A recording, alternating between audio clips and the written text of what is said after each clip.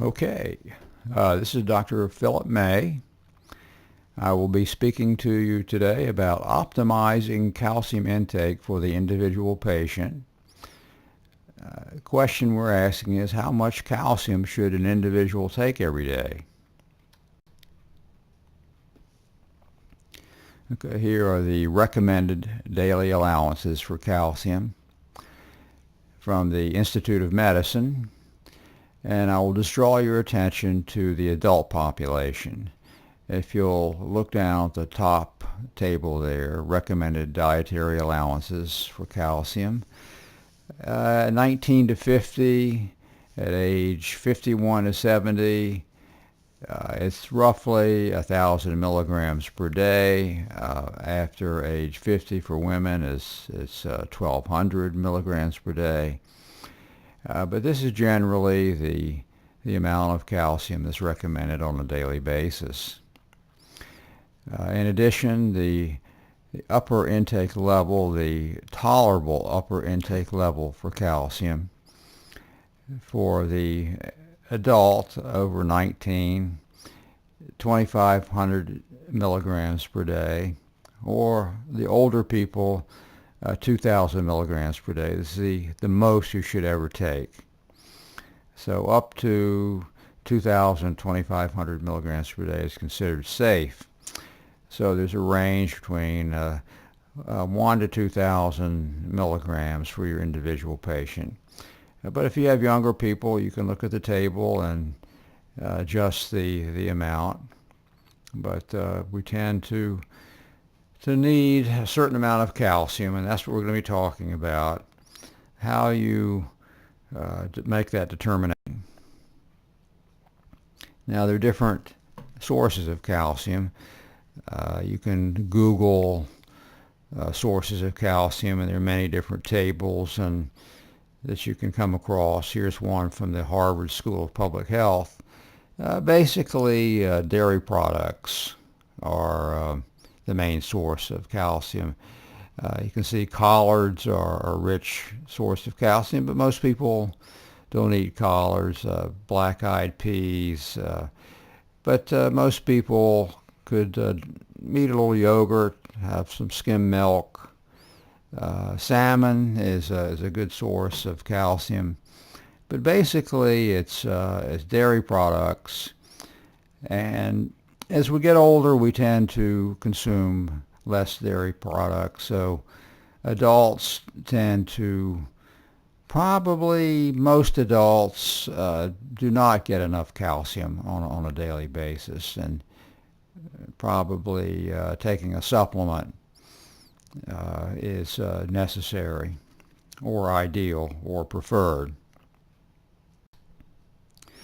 Okay, how much calcium should I prescribe for my individual patient with special health needs? As a physician, how do I go about making that determination? And this talk is directed to health professionals, especially physicians, nurse practitioners. And you have a patient and you want to prescribe some or recommend some calcium. How much are you going to recommend? Now, we have public health recommendations that we've just gone over, and this will cover most people, 97.5% of the general healthy population. But it's what is recommended for the other 2.5%. According to the Institute of Medicine, a generally healthy 55-year-old man has a calcium recommended daily allowance of 1,000 milligrams per day with an upper limit of 2,000 milligrams per day. So let's focus on this particular person, the 55-year-old man. Now, I have a patient. He's a 55-year-old man with intellectual disability, developmental disabilities, IDDD, who has a history of atrial fibrillation, has laboratory evidence of celiac disease. He has idiopathic hypercalciuria. He has osteopenia on DEXA. He's also taking seizure medications that interfere with vitamin D metabolism, such as Tegretol. This individual may have different calcium requirements. He may need more or less calcium, looking at his condition. So the individual practitioner is confronted with a real patient. You have to look at the public health recommendations, but you may have to make a determination whether what is recommended is what's best for your individual patient. Now, I want to point out that suboptimal serum calcium levels can occur when there is severe deficiency of oral intake of calcium. And number two, when there is severe intestinal malabsorption of calcium. And three, when there is severe renal losses of calcium or impaired reabsorption of calcium. Once it's filtered by the kidneys, most calcium is reabsorbed, but some people have hypercalciuria, and this can lead to osteopenia just from the loss of calcium in the urine. Or there can be malabsorption. It can be celiac disease or any number of conditions which might interfere with calcium absorption. Or the diet may be very deficient in calcium. Now, there may be other causes of suboptimal serum calcium level, but these are three that a physician should consider in selecting the amount of calcium that's going to be prescribed. Okay, also the other thing that you need to consider, other than the dietary intake, the possibility of malabsorption or hypercalciuria or hypocalciuria, is calcium homeostasis. And just to briefly review this, if you look on the left-hand side, what causes a decrease of serum calcium? The severe dietary deficiency, which I mentioned, up above the upper oval and below the red rectangle, it says decreased intestinal absorption and or renal reabsorption of calcium. This is what I mentioned before in the previous slide, these different conditions that lead to a decrease of serum calcium. And once that happens, once the calcium levels drop in the serum, this is sensed by the parathyroid glands, and the parathyroid glands begin to secrete parathyroid hormone.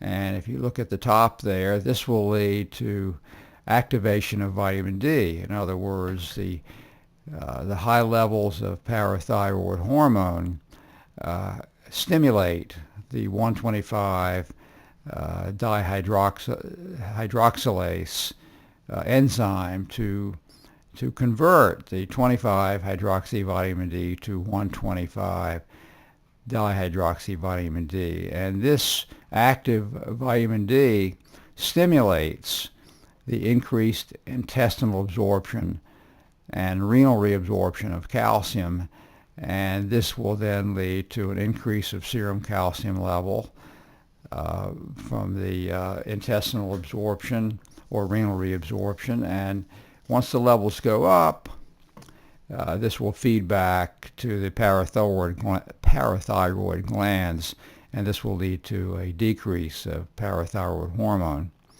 Now, I want you to remember that there is another mechanism, another system, another pathway that leads to increase of serum calcium, and that's through the stimulation of rank ligand formation on the osteoblast. And this is also something else that parathyroid hormone does. It stimulates the formation of rank ligand on the osteoblast, and this leads to osteoclast formation. The rank ligand will promote the conversion of macrophages to osteoclasts, and the osteoclast then leads to increased removal of calcium from bone and that causes an increase of serum calcium levels. So you have these two different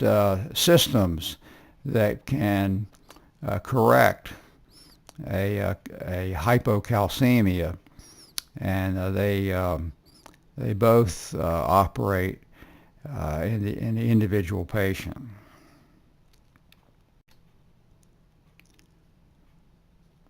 Now, what are the signs and symptoms of hypocalcemia? Numbness and tingling of the fingers, muscle cramps, convulsions, lethargy, poor appetite, arrhythmias, a trousseau sign, which is a spasm of the hand and forearm when you have a blood pressure cuff on and you pump up the cuff over to systolic and include the blood flow. You'll see a spasm of the wrist. A Schwastek sign is a tapping on the in front of the ear, on the cheek, and this will cause a spasm and the jerking of the mouth to the side of the tapping. And this is a sign of muscular irritability, and is a good physical sign of hypocalcemia, both the trousseaus and the Schwastek. Now, what variables do you need to consider when trying to determine an optimal calcium intake? And that's what we're talking about, is an individualized approach. In other words, we're looking at your patient, and you want to make sure that that patient is getting the optimal amount, for that person. So these are 12 different items to consider. The serum calcium, the serum phosphate, the serum magnesium, serum parathyroid hormone, serum CTX, serum P1NP. Both CTX and P1NP, of course, are measures of bone turnover. Serum 25-hydroxy vitamin D. You need to consider renal losses of calcium. If the person is losing calcium in the urine, that may be an indication for vitamin D, or it may mean that they're getting too much vitamin D and calcium. So this is an important test, either a 24-hour urine or a spot urine, to evaluate how the kidneys are handling calcium. Now, getting the 24-hour urine for calcium is also helpful in trying to decide whether there might be a malabsorption, an intestinal malabsorption, because you'll see low levels of calcium in the urine, like 5 to 40 milligrams per day. It could be from a restricted diet, or it could be from a problem with absorption of calcium. A person with celiac disease may have a very low 24-hour urine calcium. Also, if the bone mineral density is low, this could be from a malabsorption. It could be from a hypercalciuria. It could be from a very low amount of physical activity. Weight-bearing physical activity can be very deficient. If you have a person who has a low body mass index, who doesn't get much physical activity, you may see a low bone mineral density just based on that. And of course, after menopause in women and men, as they get older, the serum estrogen levels can drop, and this can lead to increased osteoclastic activity, and you can see a rise of the CTX.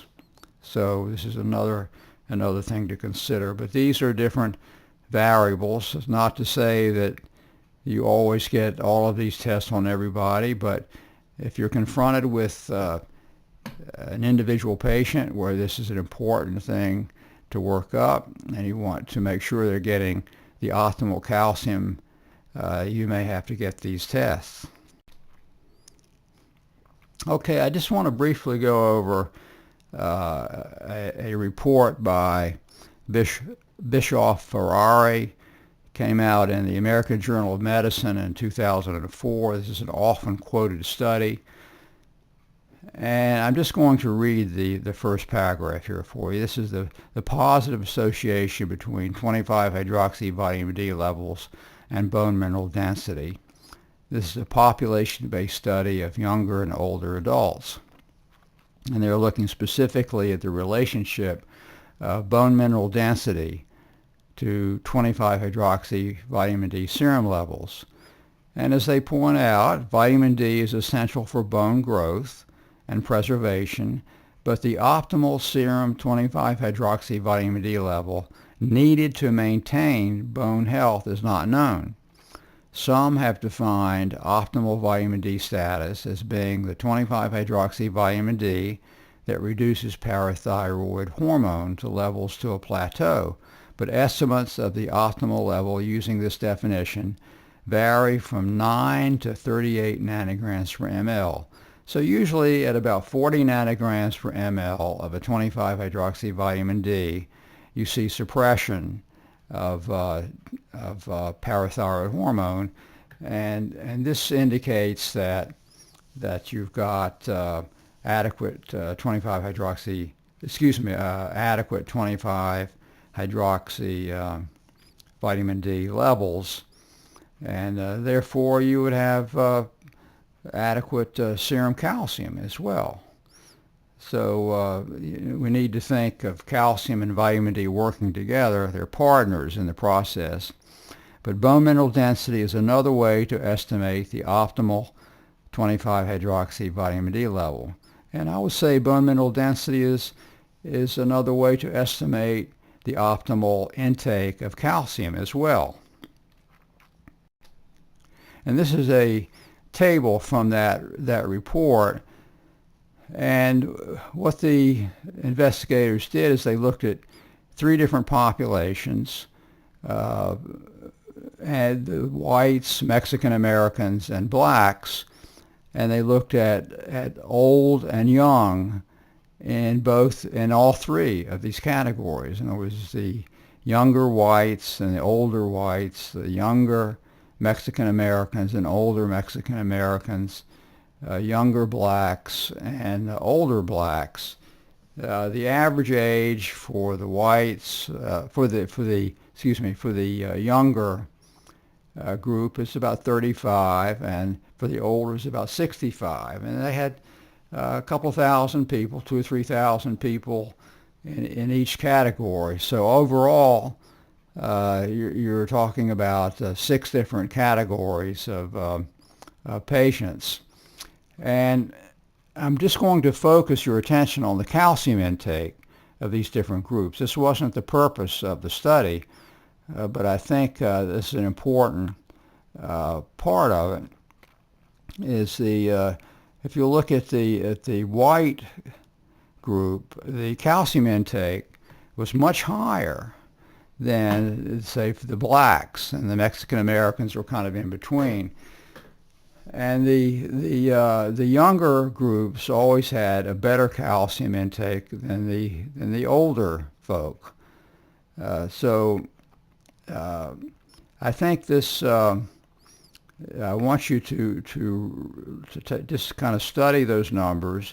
The whites had 881 milligrams per day in the younger category, 744 milligrams per day in the older category, and in the black population, in the black group, it was 666 for the younger blacks and only 521 milligrams per day in the older. So the blacks had a much, much lower calcium intake. And again, this was not the purpose of this study, but I think this will explain the next couple of slides I'm going to show you.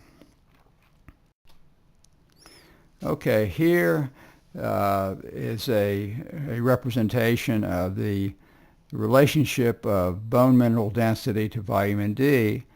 And you can see the top line there of the white population. This is the younger white, mean age 35 years, that the higher the serum 25-hydroxy vitamin D level, the higher the bone mineral density, up to 72 milligrams per ml. So this is a pretty high level of 25-hydroxy vitamin D, and you could see that there was almost like a linear relationship. The higher the 25-hydroxy vitamin D, the higher the bone mineral density, and it was seemed to be still rising in the white population. And remember, they had the best calcium level.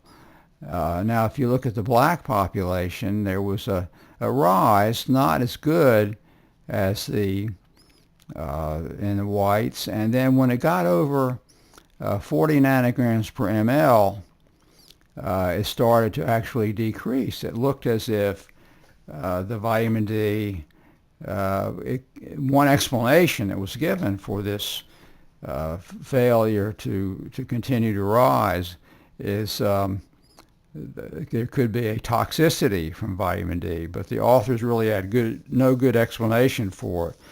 But this is the kind of thing that might happen if a person were calcium deficient. And I'm going to show you in the older group. Remember, the older group had even lower calcium intake. So you can see in all three populations, in the older people, after the serum 25-hydroxy vitamin D level exceeded around 40 nanograms per ml, there was a reduction of the relationship between the 25-hydroxy vitamin D level and the bone mineral density.